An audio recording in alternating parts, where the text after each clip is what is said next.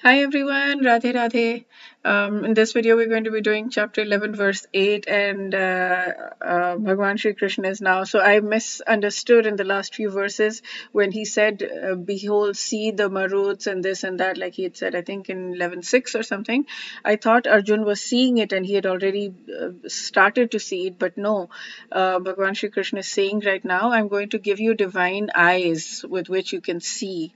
So this is the verse where he's saying that. So I think it's only after this that Arjun is able to start to see. I think this chapter is very beautiful, and the Hari Vilas Maharaj yesterday, he's the main person in the ISKCON temple here. He was saying in a lecture, it was a Sunday evening feast, so he was saying in a lecture that prayer is not when you're asking God for help. That's not a prayer. Prayer is when you're glorifying God. And he was quoting verses from chapter 11. He was saying that if you want to learn how to pray, then go to chapter 11 and see how Arjun is glorifying Bhagwan Sri Krishna. That is a real prayer. So I can't wait to get to that. Right now, Arjun has just asked, "Can I see your thing?" And then Bhagwan Shri Krishna is going to show his opulences, and then Arjun is going to start with those prayers, which are glorifying God. So I'm very excited to get to that. I think that will take a while to get to. But yeah, okay. So let's sing the verse together. न तु मां शक्यसे द्रष्टुम् अनेनैव स्वचक्षुषा दिव्यं ददामि ते चक्षुः पश्य मे योगमेश्वरम्. So, you'll never be able to able to see. Drashtum, drashti is to see. You'll never be able to see with these your own eyes. Chakshusha, swachakshusha. Swat means your. Divyam, divine. So te, I give you eyes. Dadami, I'll give to you chakshu eyes. Pashya, to see me in my yoga aishwaram, to see me in my inconceivable mystic power. So, but you cannot see me with your present eyes. Therefore, I give you divine eyes. Behold my mystic opulence. So, yeah, anybody, basically, any material, we cannot see God without material eyes. God has to give us the grace so that we can see um, his divine power. So we have to, whenever we're chanting, we're praying, or whatever we're doing, we have to beg him for his mercy precisely for this. Please help me, like my thing that I just keep saying over and over again is, please help me see, please help me feel your shelter, please help me feel your love. And the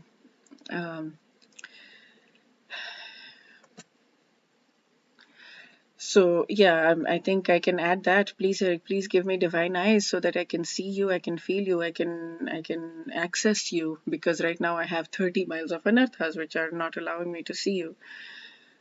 So but what Prabhupada is saying is the pure devotee does not like to see Krishna in any form other than his two-hand form.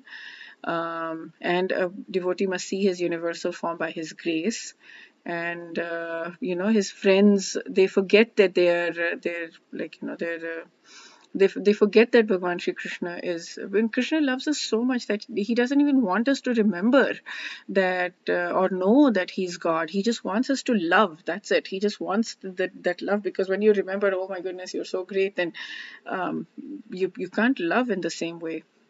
But yeah, we have to go through this process where we know that he's great and he's the ultimate lover, in whatever rasa that you want to, in the friend rasa or vatsalya rasa, which is the parental rasa, or the lover rasa. So it's called mellows in English, but rasa is the word. So yeah, we want that rasa with Bhagwan Sri Krishna. He wants that rasa with us. So I was contemplating, I was ruminating over this. Ruminating is my new favorite word now. So I was ruminating over this.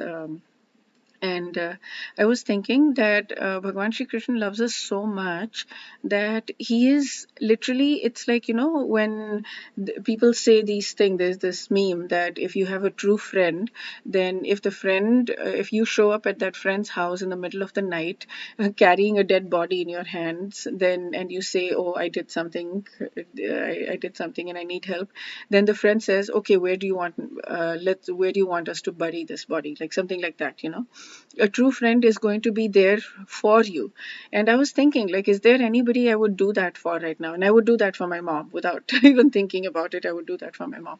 But Krishna is somebody who would do that for us. I mean, I was thinking, like, I mean, yeah, of course we go through our karma, and we have to face that. But if we take all of our karma and we just surrender to him completely and submit to him and say, Krishna, I want you, nothing else, please help me.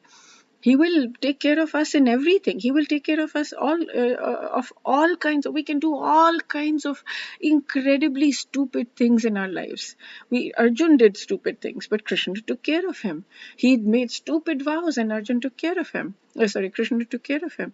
So that's all we need to do, is just completely surrender to Krishna and just say, I do really, really, really stupid things, Bhagwan. I do really, really stupid things all the time. I don't even know the stupid things I'm doing.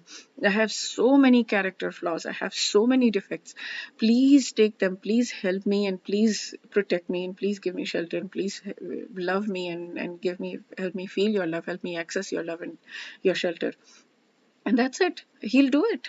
And he'll allow the boys, the cowherd boys and whatever, to really treat him like what they would jump on him and take from his plate and eat and all kinds of things. He would love that. I mean, he would not just be okay with that. He would love that. He would allow your Yashoda Maiya to tie him. He would allow Arjun to put his foot on his shoulder as he's his charioteer, and he needs to let him know which direction to go to, and Arjun had to put his foot on his shoulder.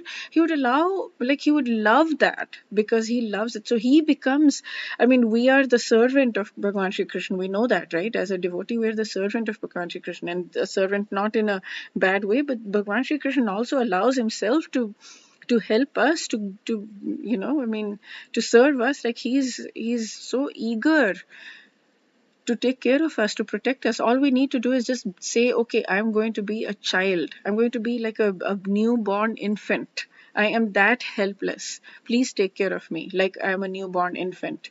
And then, he will take care of us like we are a newborn infant, completely helpless. It's so amazing. It's so amazing. Krishna is really beautiful. Oh, okay. Yeah, so he was talking about, the devotee is not usually concerned with Vishwarupa. They want this two-arm form where they forget that, like, I don't want to see your opulences, I want to love you. That's it. What I loved here was the human beings do not see him during descension. They only see the material form. The divine form is not visible to the material eyes. So when I descend in my personal form, people are not able to recognize me. They only see the material form. And so he says three things here. God adds divine eyes, he adds divine mind, and he adds divine intellect. And when we are equipped with divine senses, mind, and intellect, the soul can then see the divine form, think of it, and comprehend it.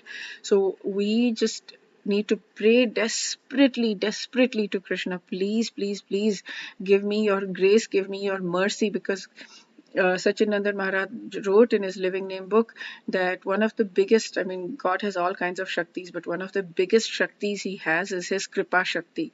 And Kripa Shakti means mercy force.